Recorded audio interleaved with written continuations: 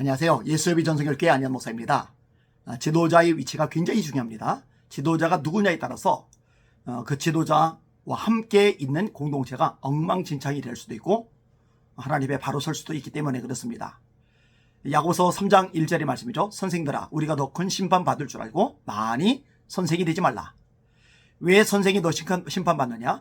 선생이 아닌 사람은 본인이 죄를 짓고 본인이 심판을 받아요. 근데 선생된 자들이 실수하거나 죄를 범하면요, 그 밑에 있는 사람들이 같이 망가지고 엉망진창이 되거든요. 이런 원리가 목회자들에게도 그대로 적용이 됩니다. 그래서 목회자가 말씀에 바로 서야 됩니다. 말씀에 더하지도 말고 빼지도 말고, 다시 말해 말씀에 물타지 말고 있는 그대로 하나님의 말씀을 가르쳐야 됩니다.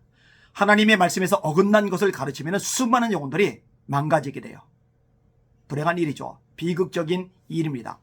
그래서 전광훈 씨가 악한 거예요. 이 전광훈 씨는 하나님의 말씀에 어긋나는 얘기를 너무나 과감하게, 너무나 담대하게 하고 있다는 거죠. 죄악인데, 수많은 영혼을 망가뜨리고 멸망시키는 끔찍한 죄악인데 그것조차도 인식이 안 되고 있다는 거죠. 그리고 전광훈 씨에게 가스라이팅 된 사람들은요, 말씀에 입각해서 분별을 해야 되는데 그런 판단 능력이 없어요. 이성이 마비가 되었어요. 정상적인 사고가 안 됩니다. 그냥 맹목적으로 추종하고 따라가는 거예요. 자, 예를 들어서 전광훈 씨가 이렇게 기도했대죠. 죄를 너무 많이 져서 하나님 마음을 아프게 해드린다고. 그러니 나를 지옥에 던져달라고. 지옥에 던져달라고. 이렇게 기도했다고. 아니, 이런 무식하고 어리석은 소리를 설교라고 하는 거예요. 그러니 얼마나 많은 영혼들이 미혹을 당하는 겁니까? 여러분, 성경은요, 죄를 범했으니 하나님 마음을 아프게 했으니 나를 지옥에 던져주세요. 이렇게 기도하라고 성경 어느 곳에서도 가르쳐주고 있지 않습니다. 성경은 거꾸로 말하죠. 죄를 범하면은 자백하라고, 회개하라고, 이렇게 가르치는 거예요. 성경의 원리는 그거란 말이죠. 요한일서 1장 9절입니다. 만일 우리가 우리 죄를 자백하면 그는 미쁘시고 의로우사 우리 죄를 사하시며 모든 불의에서 우리를 깨끗하게 하실 것이요. 이사야 1장 18절입니다. 여호와께서 말씀하시되 오라, 우리가 서로 변론하자. 너희 죄가 주홍 같을지라도 눈과 같이 혀질 것이요 진홍 같을지라도 양털같이 희게 되리라. 하나님께 오라는 겁니다. 우리 죄를 정결하게 해주시겠다는 겁니다. 깨끗하게 씻어주시겠다는 겁니다.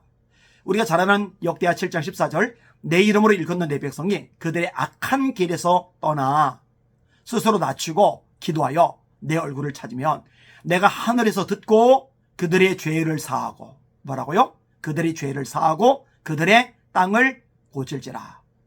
죄를 버리고 하나님께 돌아가면은, 겸손히 하나님의 얼굴을 구하면은 죄를 사하시고 땅도 고쳐주신다.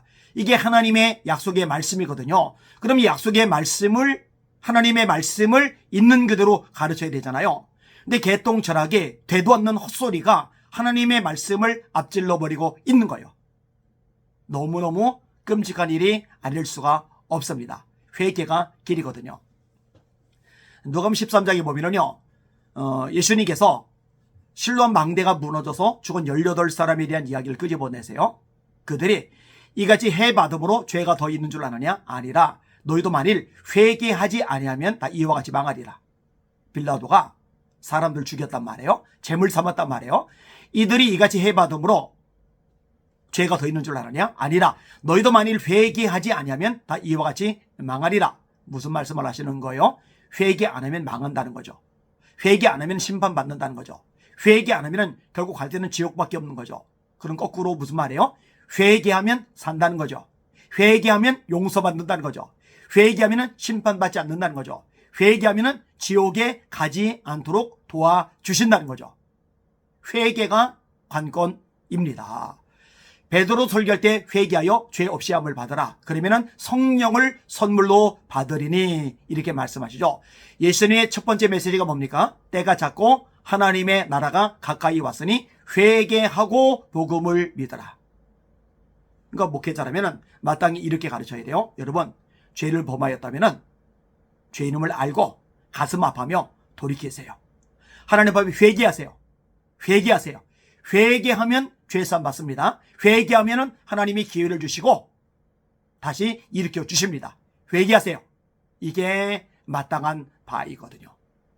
죄를 범하였으니 하나님 마음을 아프게 드렸으니 나를 지옥에 넣어주세요. 던져주세요. 이처럼 비성경적인 말씀을, 메시지를 과감하게 전하니까 제가 이렇게 길을 쓰고 목소리를 내는 겁니다. 왜? 수많은 영혼들이 망가져가고 있으니까요. 정신 바짝 차리고 진리에 우뚝 서시기를 주님의 이름으로 부탁을 드립니다.